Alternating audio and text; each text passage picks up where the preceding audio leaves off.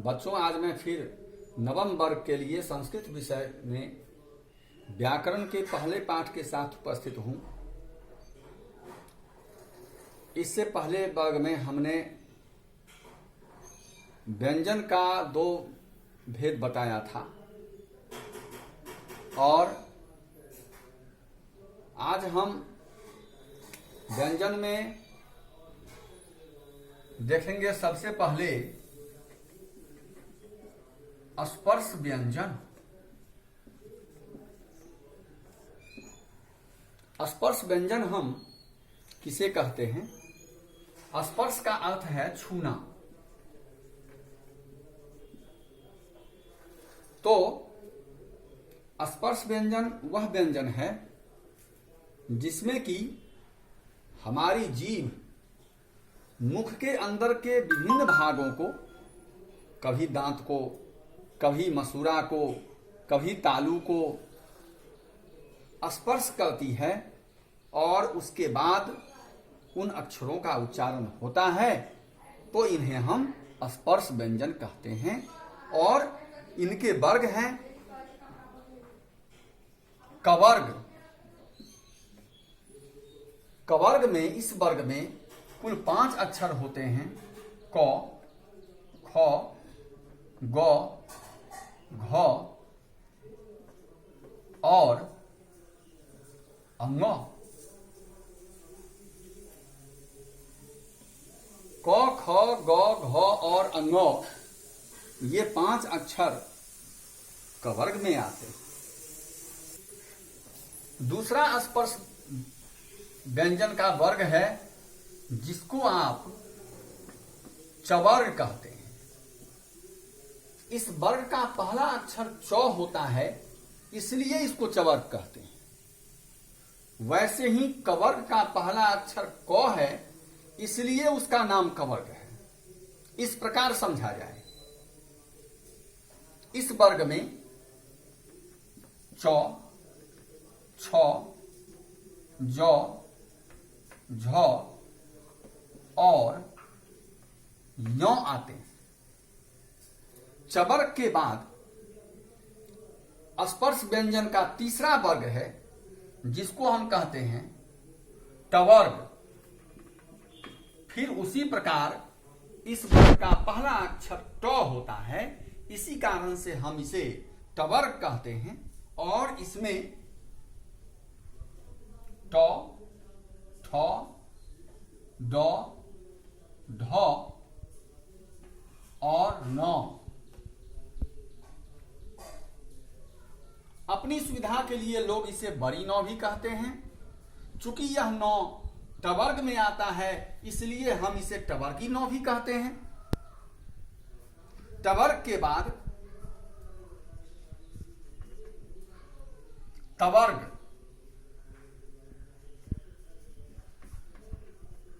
तवर्ग उसी प्रकार इस वर्ग का पहला अक्षर त है, अर्थात यह वर्ग त से शुरू होता है, इसी कारण से हम इसको तवर्ग कहते हैं। इसमें भी 5 अक्षर हैं: त, थ, द, ध और न। इस नौ को हम तवर्गीय नौ कहते हैं, चूंकि यह तवर्ग में आता है। और इसके बाद है पवर्ग। प, फ, ब, भ और म। तो ये सारे कवर्ग, चवर्ग, टवर्ग, तवर्ग और पवर्ग, इनको स्पर्श व्यंजन कहते हैं, क्योंकि हमारी जीभ मुख के अंदर के किसी न किसी भाग को स्पर्श करके इनका उच्चारण करती है। दूसरी ओर हमने आपको बताया था कि इन्हें वर्गीय व्यंजन भी कहते हैं, चूंकि ये वर्गों में आते हैं। क का वर्ग अलग है, च का वर्ग अलग है, ट का वर्ग अलग है, त का वर्ग अलग है, प का वर्ग अलग है। तो चूंकि ये वर्ग में आते हैं इसलिए इनको हम वर्गीय व्यंजन भी कहते हैं। देख लेते हैं, वर्गीय या स्पर्श व्यंजन। अब हम देखते हैं उन व्यंजनों को जिनका अपना कोई वर्ग नहीं है, उनको हम अवर्गीय व्यंजन कहते हैं। इससे पहले वाले वर्ग में हम इसी बात की चर्चा किए हुए थे कि व्यंजन दो प्रकार के होंगे, वर्गीय व्यंजन और अवर्गीय व्यंजन। तो वर्गीय व्यंजन का दूसरा नाम स्पर्श व्यंजन हुआ, जिसमें इन वर्गों को आपने देखा।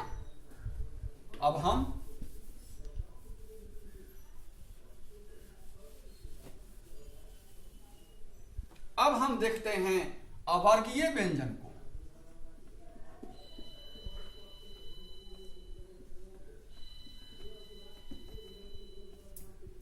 अब हम अवर्गीय व्यंजन को देखते हैं।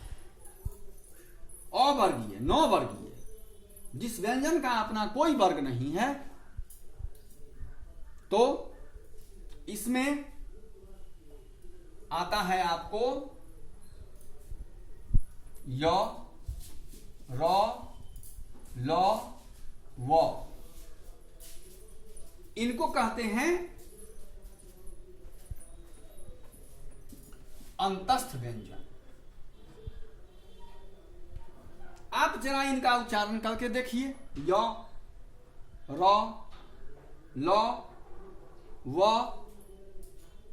आपके मुख के अंदर से न्यूनतम मात्रा में हवा बाहर निकलती है। आप जरा बोलकर देखिए, फ, तो अधिक वायु निष्कासित होती है आपके मुंह से। लेकिन य, र, ल और व ये ऐसे व्यंजन वर्ण हैं जिनके उच्चारण के समय हमारे मुख से कम वायु बाहर निकलती है, इसलिए इनका नाम अंतस्थ है। अंतः जोड़ अस्थ, अर्थात जिसमें वायु अंदर ही अंदर रह जाती है। आप शायद इसको समझ गए होंगे। अब हम देखते हैं ह।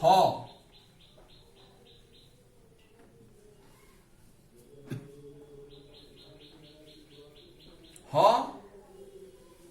तालव्य स, मूर्धन्य स, दंत स।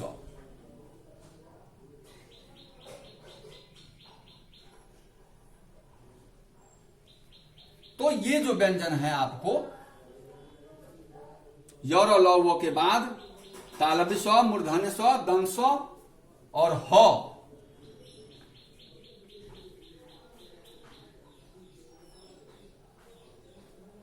ये चार व्यंजन, इनको ऊष्म कहा गया है। ऊष्म का अर्थ है ऊष्मा, गर्मी। अब यदि आप बोलते हैं श, तो अपने मुंह के पास हाथ को ले जाकर देखिए तो आप गर्म हवा को बाहर निकलते हुए देखेंगे। ये बातें कहीं व्याकरण की पुस्तक में लिखी हुई नहीं मिलेगी आपको, लेकिन इसका अनुभव आप स्वयं कर सकते हैं। तालव्य स, मूर्धन्य स, दंत स और ह, इनके उच्चारण के समय गर्म हवा हमारे मुख से बाहर निकलती है और इसी कारण से इनको हम ऊष्म कहते हैं। इसके बाद अक्ष, त्र और ज्ञ।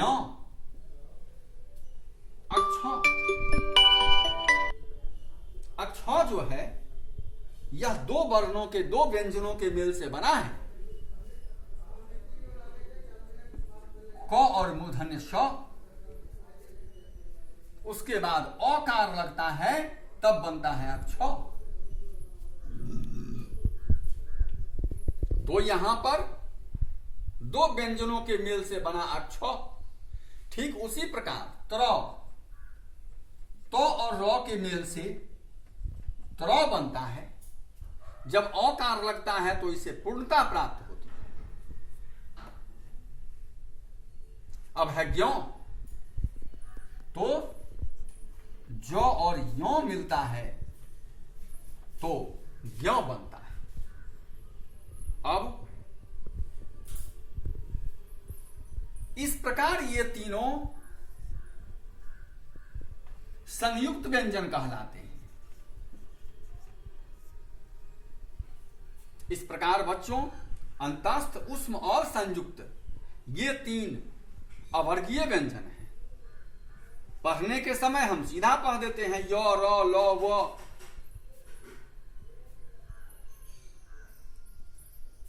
तालब स, मूर्धन्य स, दंत स, ह, छ, त्र, द्य हम सब पढ़ देते हैं। लेकिन यहां पर इनका भी अपना अपना विभाग है, अंतस्थ, ऊष्म और संयुक्त। और इसके बाद आता है अयोगवाह। तो अनुस्वार और विसर्ग को हम अयोगवाह कहते हैं। ये आपका अनुस्वार है, अनुस्वार है, और ये है विसर्ग। अनुस्वार और विसर्ग को हम अयोगवाह कहते हैं, क्योंकि ये दोनों ऐसे वर्ण हैं जिनको स्वर या व्यंजन की श्रेणी में रखना उचित नहीं होगा। कुछ विद्वान इनको स्वर के साथ रखते हैं तो कुछ व्यंजन के साथ रखते हैं, इसलिए इनको अयोगवाह वर्ग बनाकर के अलग कर दिया गया है। तो आपका व्यंजन आज संपन्न हो गया। आप इतना ही रखें और फिर इसके बाद वर्णों की मात्राओं को हम अगले वर्ग में देखेंगे। That's all.